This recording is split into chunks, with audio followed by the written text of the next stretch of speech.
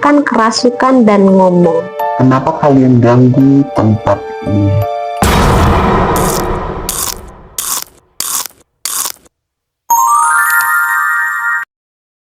Selamat datang di catatan terakhir.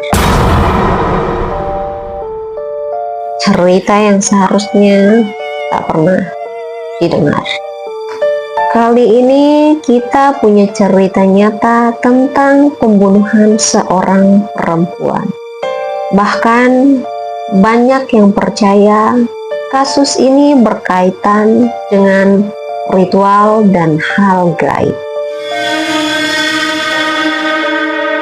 Lu pernah dengar nggak kasus yang sempat viral banget pada tahun 2020 di Wonogiri, Jawa Tengah, yang mayatnya ditemukan di pinggir hutan dalam kondisi wajahnya yang sudah hancur.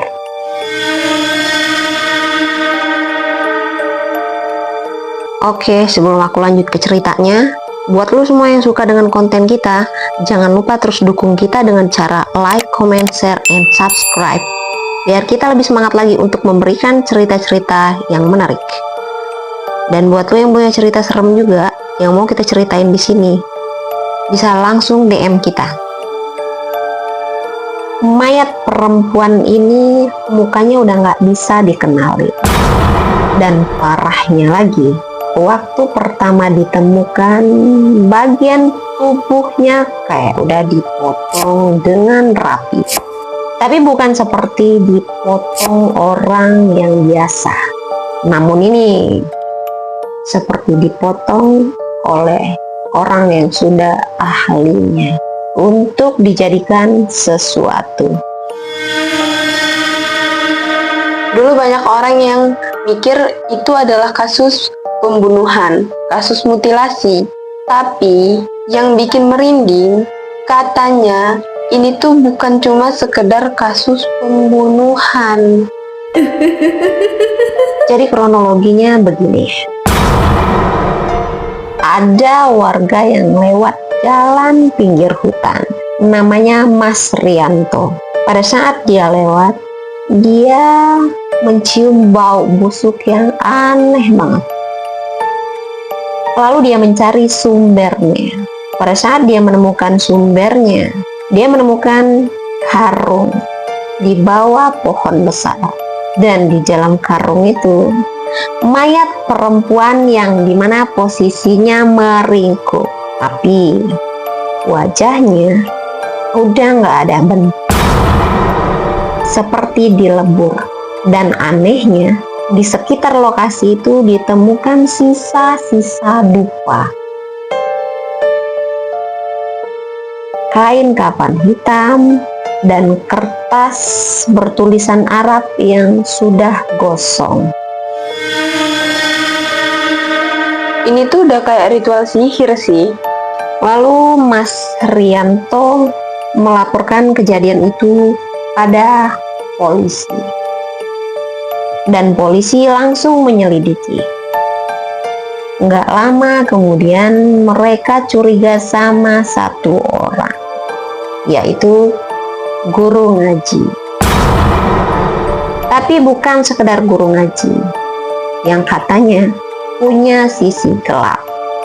Selain dikenal dengan guru ngaji, dia juga sering dipanggil orang untuk membersihkan rumah atau usaha. Tapi ternyata dia juga melakukan ritual tumbal.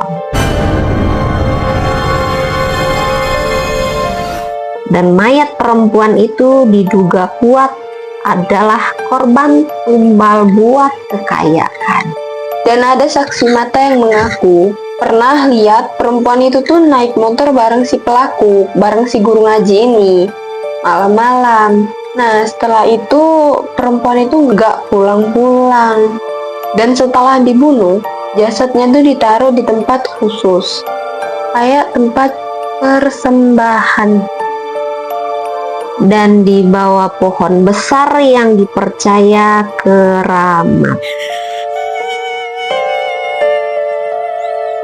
Bahkan pas polisi mau angkat mayatnya, katanya orang-orang yang ikut evakuasi juga banyak yang sakit. Satu anggota tim SAR bahkan kerasukan dan ngomong, Kenapa kalian ganggu tempat ini?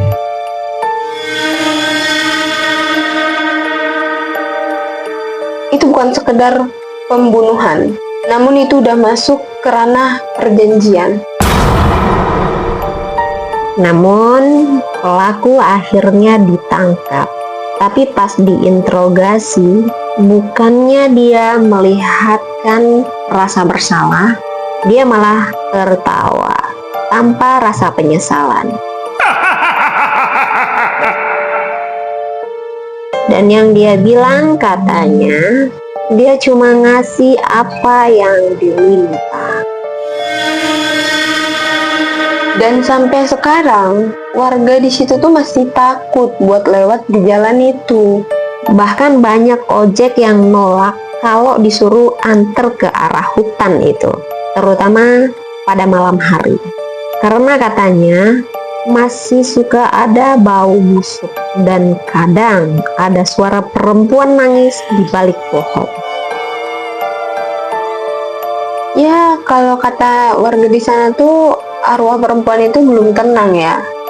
Dan menurut kepercayaan orang-orang di sana, kalau tumbal belum puas, dia bakal menarik orang baru untuk menggantikan posisinya. Jadi, kalau lo semua ngerasa pernah mimpi berada di hutan gelap dan denger ada perempuan yang nangis, terus ngomong, "Tolong." Mungkin itu tandanya lo dipilih buat jadi yang berikutnya. Enggak, ini bercanda.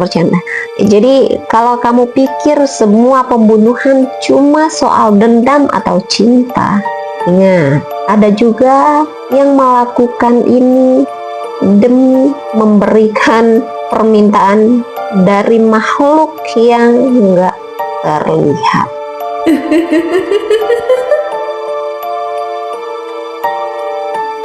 Oke, terima kasih sudah mendengarkan catatan terakhir dan catatan ditutup.